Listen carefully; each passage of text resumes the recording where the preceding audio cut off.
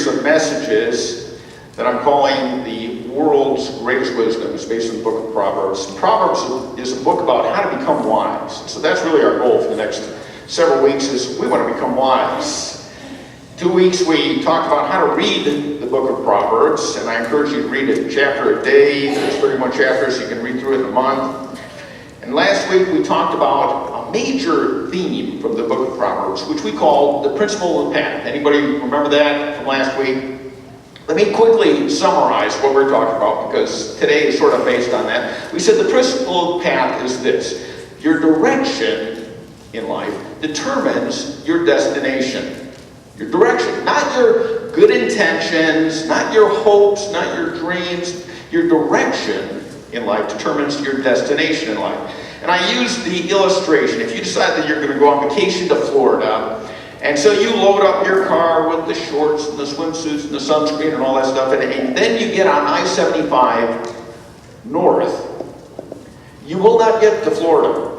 No matter how good your intentions are, no matter how strong your hopes and dreams, you will not get there because your direction is wrong. It doesn't matter how hard you pray, it doesn't matter how long you've been a Christian, how strong your faith is, or how great your intentions are. If you get on I-75 and you go north, you will not get to Florida because you're going the wrong direction. And direction, not intention, determines your destination. And we talked about how that is obvious to all of us when it comes to hiking or driving. But Proverbs shows us that this also applies to our financial path. It also applies to our dating and relationship path. It applies to our marriage path, our spiritual path, our parenting and job and career paths, all the areas of life that are so important. But yet, there's often a huge disconnect when we think about these areas, because many times people have these great intentions and great hopes and great dreams for where they want to go in life. But then in their daily actions and decisions, they choose a path that leads to a much different destination. We desire to end up over here. That's our intention, where our hopes and our dreams. But we get on a path in our day-to-day life that takes us over here. And when we get over here, we're hurt and upset and disappointed. We get angry at God. God, I thought you loved me. I thought you had a good plan for my life, and I thought you were watching out for me, and how could you love me? To get to this painful place. And the reason we're there is because that was the path we chose in our daily and weekly actions and decisions. And it's because direction determines destination, not intention. And so we ended last week with a question for all of you to ask yourselves: what path am I on now? And if I continue on that path, will it get me where I want to go in life? Now, as we continue on Proverbs this week, we're going to look at a proverb that relates closely to this whole area. A proverb that talks about how do I choose the right path to get on, the one that God wants me on, the one that's going to bless my life. And how do I avoid or get off of the paths that are going to bring trouble or pain into my life if I stay on them. And this is so important because nobody wants to wake up one day in their 40s and wish with all their heart they'd been on a different path in their 30s. Nobody wants to wake up one day in their 50s and wish they'd been on a different path in their 40s. You only get to do life once. And so the last thing we want to do is have all these great intentions and hopes and dreams to get to this one place in life. And yet we find ourselves going to another place in life because we mistakenly choose a path in our daily actions and decisions. And it leads us to a destination that's painful or that we regret, and it causes us to waste years of our lives. So if you have your Bibles, turn to Proverbs 22, verse 3. And let's read this together out loud, okay? So if we can go to the next slide here. Ready to read it with me? The prudent see danger and take refuge, but the simple keep going and pay the penalty. Okay, in the book of Proverbs, the word prudent means wise. In fact, those two words, prudent and wise, are often used interchangeably.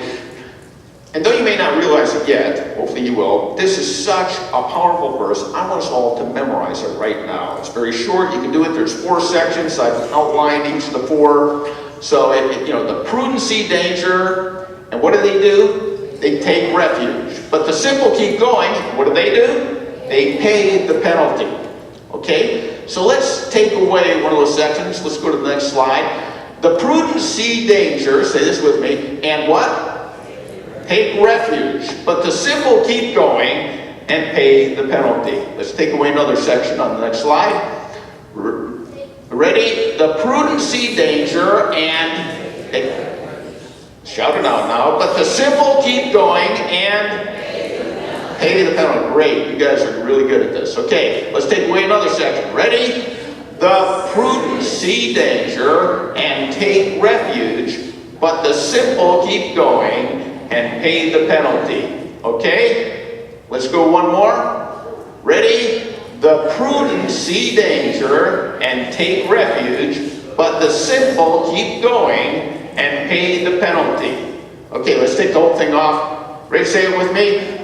The prudent see danger and take refuge, but the simple keep going and pay the penalty. You guys are wonderful. You've got it memorized. All right. Now, since you already know this verse by memory, I'm going to be repeating parts of this verse throughout the message, and you got to help me out, okay? So, with confidence, you fill in where you need to, okay? It'll be obvious. Now, I'll bet you have talked with people, maybe you had coffee or lunch with them or something, and somebody starts telling you their story about how things got really messed up along the way in their life, right?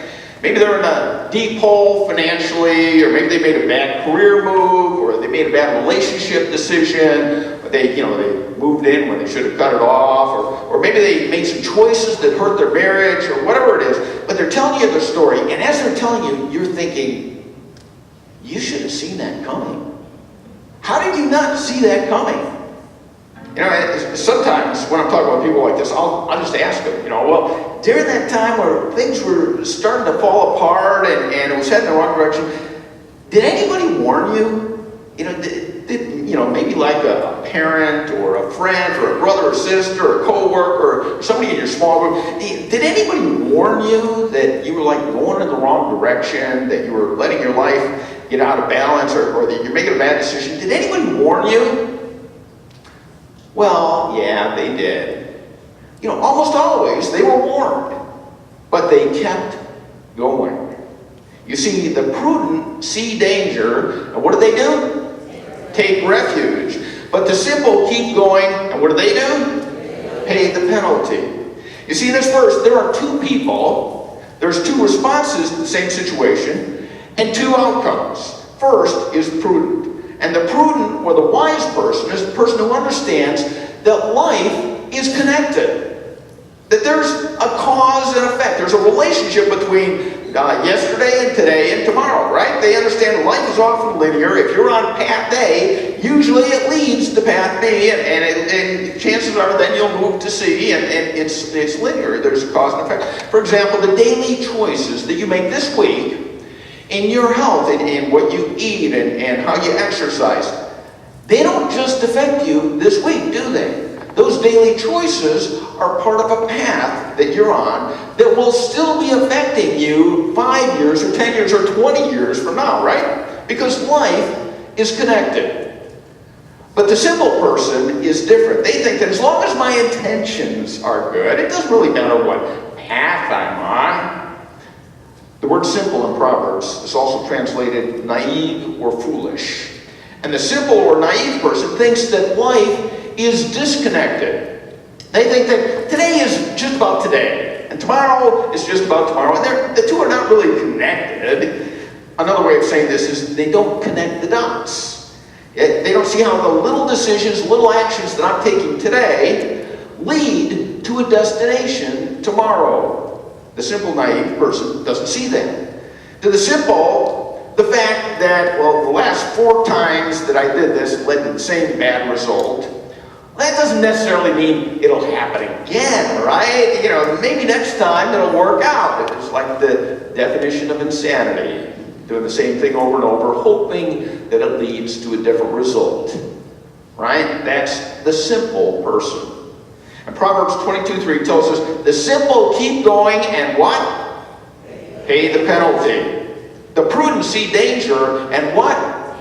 Take refuge. When the prudent sees a roadblock or a problem or a glimmer or a danger, they take refuge. In other words, they don't keep on going blindly. They take action. They make a course correction. They respond by doing something different to take them out of that dangerous path so they don't end up in the same old place over and over again. The wise, prudent person not only recognizes the danger, but they take action. They do something different.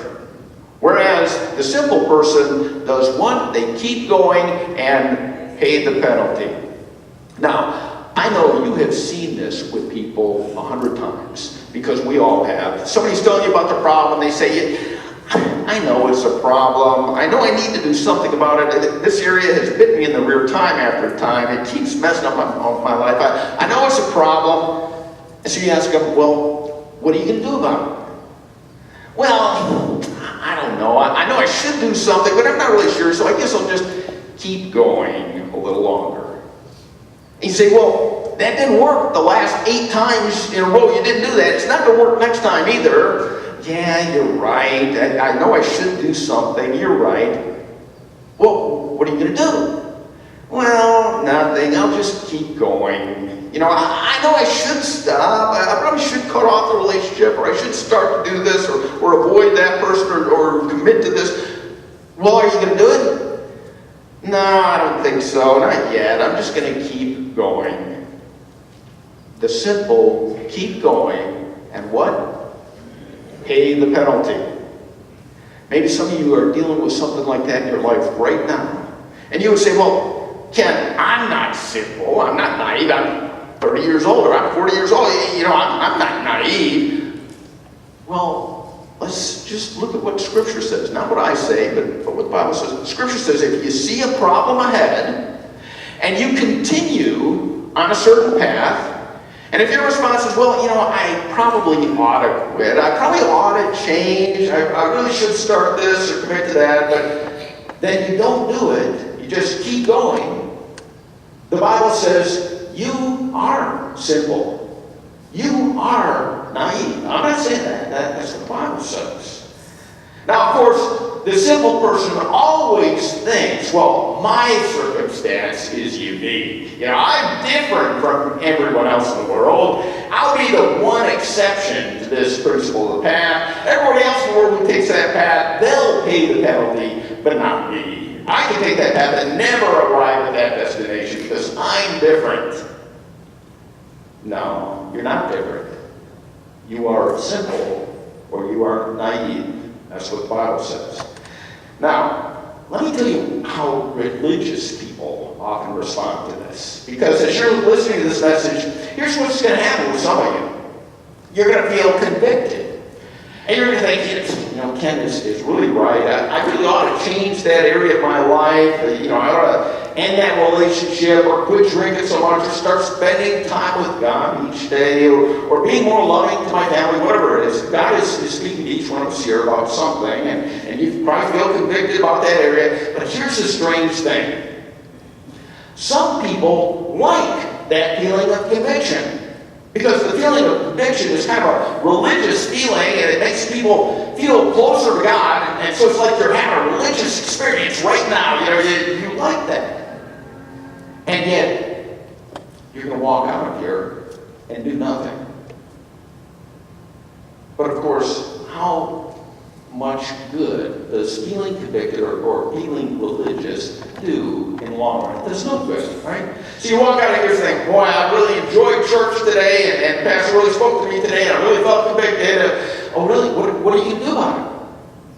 Well, nothing. I'm just going to keep going. That's what the Bible calls simple or naive. The prudent see danger, and they do something. They change something. They take action. The simple feel convicted and say, you're right, Pastor, I ought to do something. Or you know, my mom is right, I ought to change this area. My dad is right, I should do this. And then they keep on going the way they were. Have you ever talked to somebody who's paying a penalty for an unwise move, and now they're suffering, and they say, how could God let this happen to me? How could God let me suffer like this? Well, it's because God has put certain principles or laws into place. If you jump off a building and hit concrete, don't blame God for that, because God put a law into place. It's called gravity, and it works every single time. In fact, that's why we learn when we're young. Our parents told us, don't go on the roof, because you fall off, you'll get hurt, right? And that's why we're born short, so that when we fall, it doesn't hurt so much. When you're an adult and you fall, it hurts a lot more, but hopefully by then you've learned the law of gravity, right? But the simple don't learn. And then they get mad at God and say, God, why are you letting me suffer? Why didn't you do anything about this? I went to visit the elderly man in the hospital some time ago, and he was dying of emphysema. In fact, he only had hours to live at the time I got there. And he was lying in the hospital bed, just gasping for breath. I will never forget that image. It was so painful just to even look at him, because he's on oxygen, but his whole body would just like shudder as he's trying to get oxygen into his lungs, and he can't, and he's gasping for every breath. It was horrible to watch. One of the worst things I've ever seen. And there at the hospital were two of his grandchildren, both teenagers, their granddaughters, and they knew I was pastor, so they came over to talk to me, and they were crying because they're seeing their grandfather in such horrible pain. And they asked me, why doesn't God do something? Why is God allowing him to suffer like that? If God really loves us, how can he allow that? And I really didn't have much I could tell them, because how do you tell crying teenagers that this man is paying a penalty for 60 years of smoking 2 packs a day? It's not that God wanted that outcome or that destination, but this man got on a path 60 years ago, and he followed that path to its logical destination. The simple keep going, and they pay the penalty. And unfortunately, there are points in life beyond which there is no return.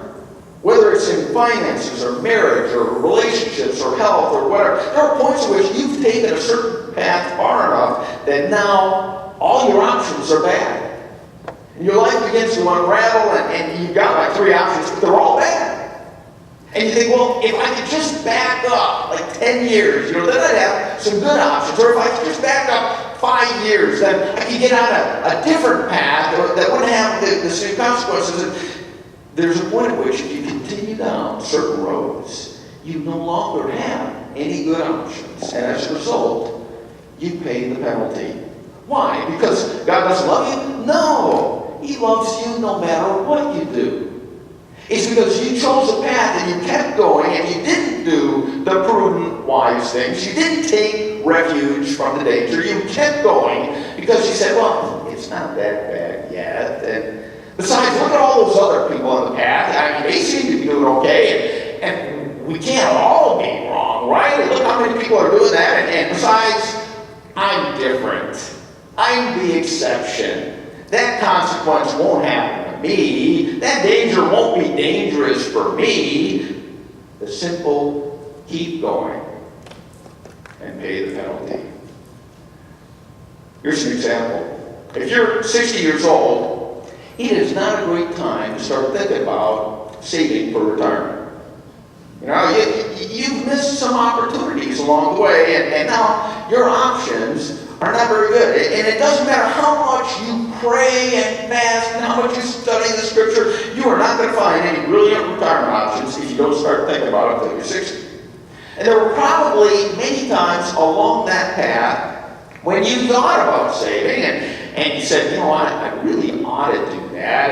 And somebody warned you. They said, you should save for retirement. And you said, yeah, you're right, I should. And you didn't disagree. You knew it would be the wise thing to do. But then you kept going.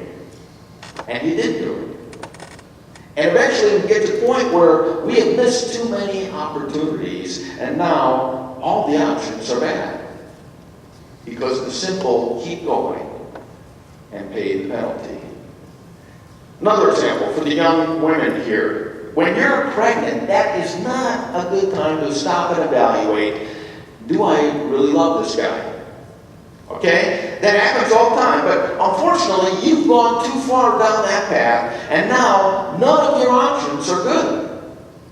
And you say, I wish I could back up 6 months or a year and evaluate my options then, but now I don't have any good options. And I paid the penalty. Now, it doesn't mean that God loves you any less when you get in a situation like that. In fact, God couldn't love you more, even when you've messed up.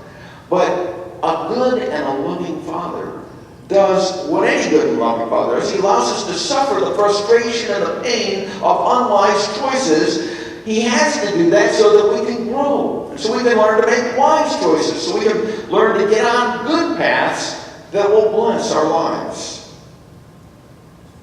Another example, when I'm addicted, that is not a very good time to start thinking, I really need to be more disciplined. No.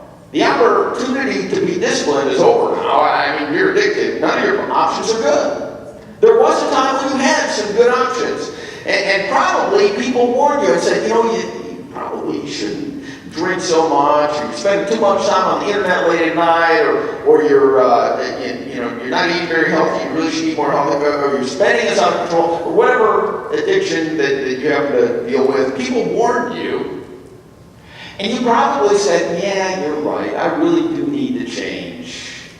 But you didn't do anything. You didn't change. You kept going, and now you're paying the penalty. Now, there are two areas where this is probably the most critical for all of us: relationships and finances. If we could just apply the scripture just to those two areas, it would radically change a lot of people's lives. The prudency danger, how in the world does that apply to relationships? Well, you never evaluate a relationship based on where it's at. You always evaluate a relationship based on where it's headed. You have to look ahead, because all relationships are moving. They're getting better or worse, stronger or weaker, more intimate, less intimate. And so you evaluate a relationship based on where it's headed. And the prudent sees danger ahead and takes refuge. In other words, they're always looking ahead in a relationship, and yet the simple keep going and pay the penalty. That's why if you're married and your husband or wife comes to you and says, you know what, I really think we need to go talk to somebody about our marriage, what they're really telling you is, hey, we are on a path. And we were at A, and then we got to B, and now to C, and if we keep going, we're going to be at D and F, and you're saying, well, come on, we haven't had an argument in like 3 days. And she says, well, yeah, you've been out of town.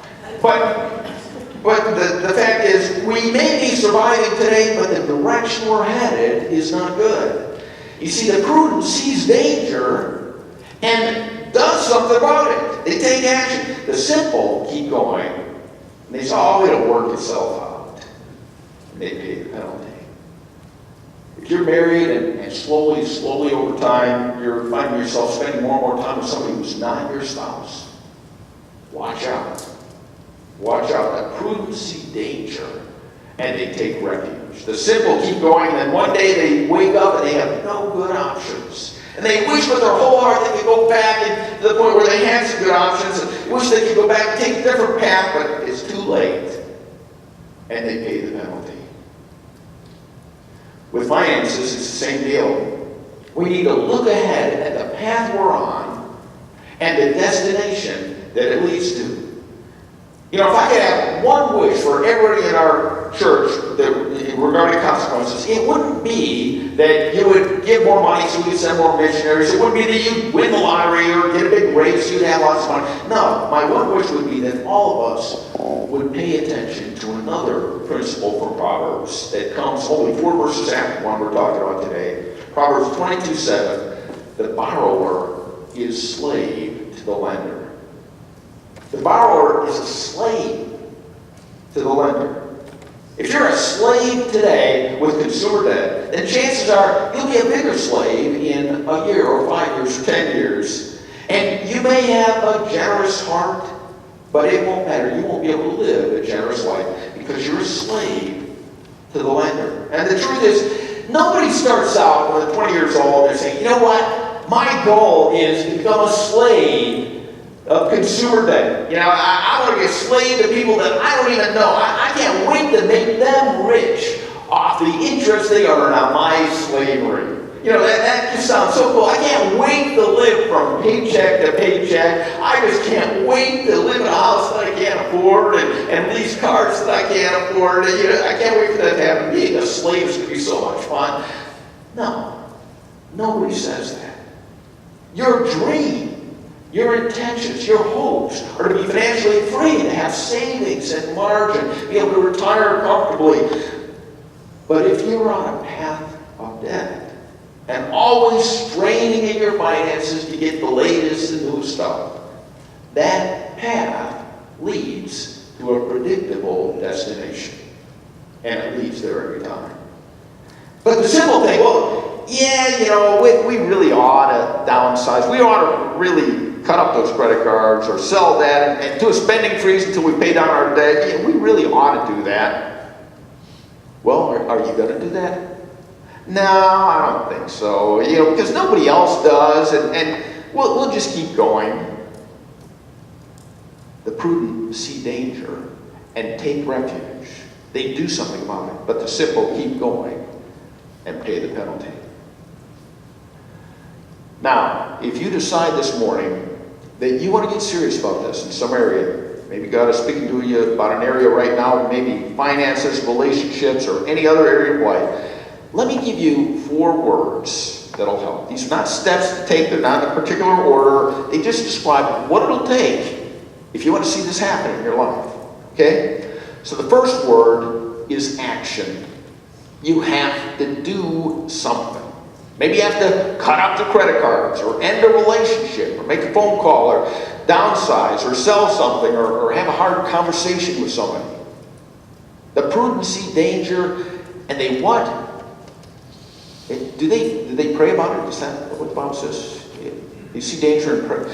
No, they don't pray about it. They don't meditate on it. They don't think about it. They see danger and they take refuge. In other words, they do something to get out of the danger. Now, I'm not saying prayer isn't important. Of course it's important. But don't use that as an excuse. When you see danger coming and you're about to get hit by a bus and somebody says, run, you don't say, well, I'll pray about it. No, you do something. There's a time to quit praying and start acting. The prudent see danger and they take refuge. They do something. And if you want to be wise, you're going to have to do something to get on the right path. So the first word is action. The second word is sacrifice. If you want to get off of one path and onto another path, you're going to have to sacrifice and give something up. And we are not good at that. You may have to give up a relationship. You may have to give up a friendship. You may have to sacrifice money or lifestyle or stop shopping at certain stores. But the prudent take refuge, and refuge almost always requires some kind of sacrifice, which is why we don't want to do it. It's just too hard.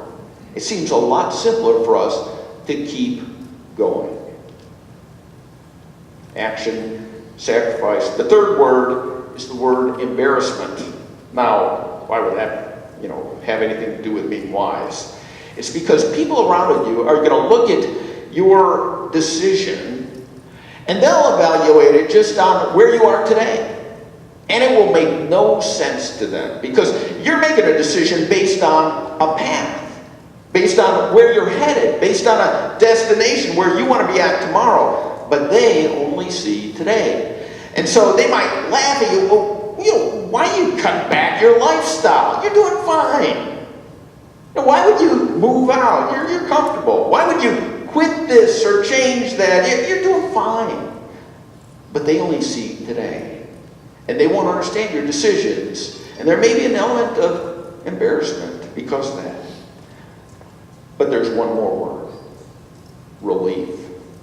Because the day is coming when you will breathe a sigh of relief.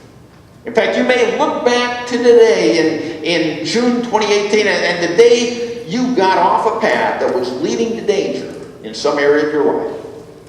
And a year from now or 5 years from now, you'll look back and you'll breathe a sigh of relief and you'll say, I am so glad I changed my path. What if I hadn't taken action? What if I hadn't made the decision? What if I hadn't made that sacrifice? And you will breathe a sigh of relief because the prudent see danger and they take refuge. But the simple keep going and pay the penalty. When I was a brand new pilot in the Navy, I was like 24 years old. I flew a jet called Viking. I remember the first cross-country flight I took. I was pilot in command first time on something like this. And the Viking had 2 seats in front, 2 in back, and so 3 young officers and I were in the plane, and we flew from San Diego to Washington, D.C. We spent the night there and came home the next day. I was the senior pilot, even though I had very little experience at this point. And on the way back, we stopped at Tinker Air Force Base in Oklahoma to refuel. And as we're checking the weather there to file the next leg of our flight plan, we saw that there's a line of thunderstorms stretching right across our path from New Mexico all the way up to Colorado. And it was such a long line of thunderstorms, there was no way we could fly around it. And at the same time, though, I didn't want to wait this thing out. I wanted to get back, and I didn't want to be stuck in Oklahoma for the night. So I got the bright idea, how high did those thunderstorms go? We looked at the radar. It looked like they went up to about 34,000 feet. And I had this brilliant idea. Hey, the Viking can go up to 38,000 feet. We'll just fly over the top of those thunderstorms. Now, that is right where I should have stopped and applied Proverbs 22:3. The prudent see danger and take refuge. The simple keep going and pay the penalty. There was no way that was a wise decision for me as a very junior, inexperienced pilot to challenge that kind of weather. I should have waited it out, but the simple keep going. And so we took off, we headed for those thunderstorms, and I asked air traffic control to give me an altitude of 36,000 because I thought that would take us over the top. And we headed into those clouds, and the clouds started getting darker and darker, and the wind started getting more and more violent. And so I asked air traffic control to give me 38,000 because 36,000 wasn't doing it. And then all of a sudden, we're right into the middle of those thunderstorms, and the lightning is going, and the rain is pounding, the winds are shaking us like a rag doll. The plane won't climb any higher, we're already at 38,000. We are right in the middle of it, and now we were really scared. You see, the most violent part of the thunderstorm is at the top, not at the bottom, and near the top of the thunderstorm, there's often lots of hail that can rip a plane apart. And I was thinking, what in the world did I get myself into? That was a really bad, foolish idea. I wish I could go back in time a couple hours and be a wise, prudent pilot. But now it's too late, because even if I turn around, there's just as much bad weather behind me as there is in front of me. And I finally surrendered my pride. I called up air traffic control and I said, hey, can you give us some vectors or directions to get us around the worst part of the storm? And they did, and we made it through. But I paid a penalty, because everybody in the squadron knew that I had made a very foolish, risky decision that could have had really bad consequences. And after that point, the CO didn't trust me as much. I paid a penalty. The simple keep going. You see, I saw the danger ahead, and I said, yeah, we probably ought to wait. I probably ought to be patient and not take risks with the weather, especially since I'm a very inexperienced pilot. And I ought to wait, but I don't want to wait. I don't want to be patient. I'll probably be fine. I'll just keep going. I'd like the worship band to come up. We're going to close now, but let me end by giving you a prayer that you can pray that's based on the scripture from Proverbs. It's written in your outline, and I want to challenge you to pray it this week, but you may want to continue praying this on a regular basis the rest of your life. Here's the prayer. Heavenly Father, help me to see trouble coming long before it gets here. Help me to see trouble coming in my relationships, in my finances, in my addictive behaviors, in my sinful patterns in my life. Help me to see trouble coming long before it gets here. Give me the wisdom to know what to do and the courage to do it. Let's stand together for prayer. Will you bow with me?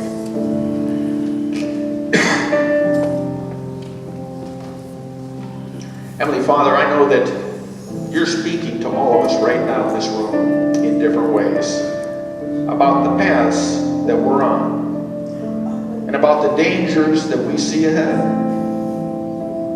and about the prudent, wise things that we need to do.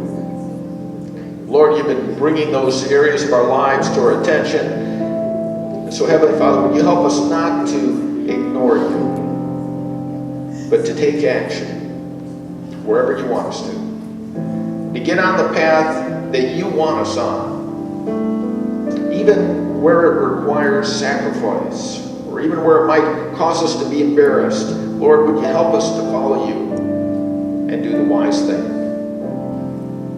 Heavenly Father, help me to see danger and trouble coming long before it gets here. Give me the wisdom to know what to do, and give me the courage to do it. Maybe this morning God has been speaking to you about committing your life to Him or drawing closer to Him. Oh, it's not like you've heard an audible voice, but you just have this feeling that you haven't been close to Him and that you need to be. So I encourage you just to say with me in your heart, God, I want to follow you with my whole heart and my whole life. God, I want to follow you with my whole heart and my whole life.